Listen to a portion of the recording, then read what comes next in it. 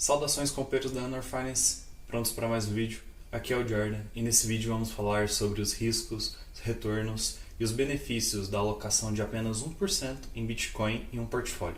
Vamos lá? A primeira coisa que a gente deve falar é que isso não é uma recomendação de investimentos, mas sim uma análise baseada na plataforma Nakamoto Portfólio, que você pode você mesmo colocar os seus dados e rodar. Não precisa acreditar na gente e nem acreditar no site, você pode rodar os seus próprios dados e tirar suas próprias conclusões. Um portfólio de investimentos é uma cesta de investimentos que pode ser feito das mais diversas formas, tipos, com diferentes objetivos, e você pode colocar ações, títulos do governo, dólares, euros, contratos, todo tipo de forma para ter essa cesta de investimentos. Basicamente, se determina um apetite de risco ou uma determinada rentabilidade que queira se atingir. A partir disso, se definem os tipos de títulos ou ações que vão compor e as suas porcentagens dentro dessa cesta.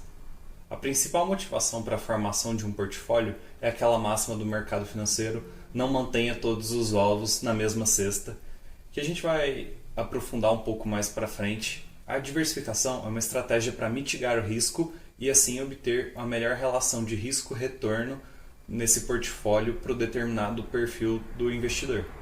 Outro motivo para montar um portfólio é determinar um objetivo e dentro dele se manter as proporções entre os ativos. Dessa forma, se algum ativo subir muito e tiver bastante lucro, você vai comprar mais dos outros ativos com essa valorização.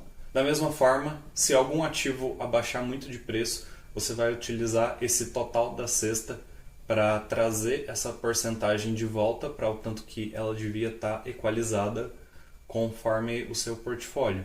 É uma ótima estratégia de vender na alta e comprar na baixa, né?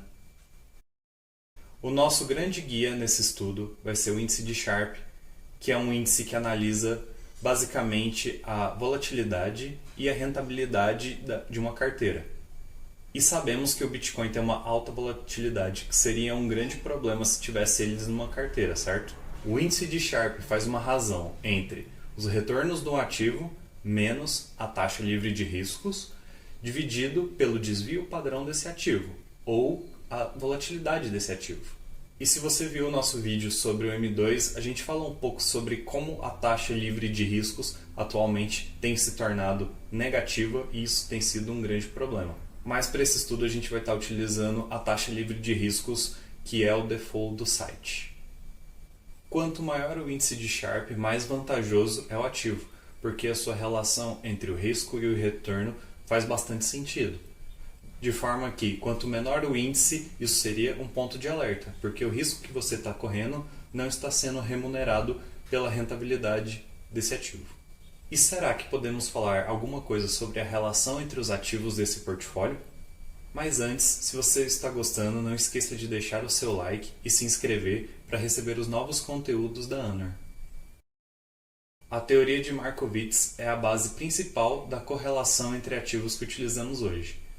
Como os especialistas tradicionais de investimentos costumam dizer, você vai querer ações de empresas de setores diferentes. Um pouco do setor bancário, um pouco de setor elétrico, um pouco sobre setor de papel e celulose.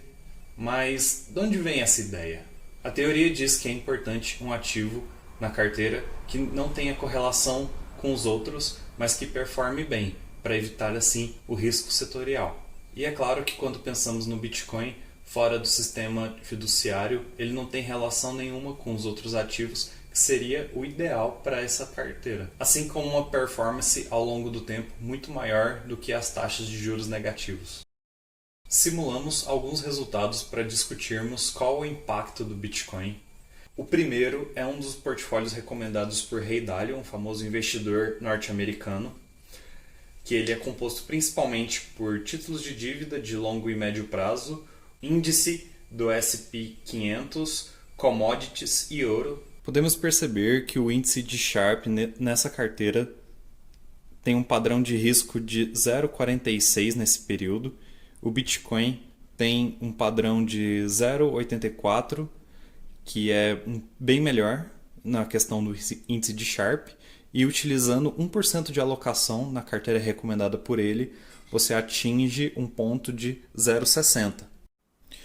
Já para um portfólio 100% ETF de bonds do Tesouro Americano, com rebalanceamento a cada trimestre, ele tem um índice de Sharpe de 0,38, se tratando de um indicador muito baixo para um título de renda fixa. Com 1% de Bitcoin, o Sharpe já sobe para um valor de 0,55, demonstrando quanto o Bitcoin pode sim trazer mais rentabilidade com menos risco para essa carteira. Simulamos também o método ARCA do Thiago Nigro com algumas adaptações para a Bolsa de Nova York, sendo 25% em ações brasileiras, 25% em S&P 500, 25% em renda fixa e caixa, né? E 25% em real estate e fundos de investimento imobiliário. O resultado foi um índice de Sharpe de apenas 0,19 contra 0,40 do Bitcoin nesse mesmo período. Quando a gente adiciona 1% de Bitcoin na carteira, tem um leve melhora para 0,21.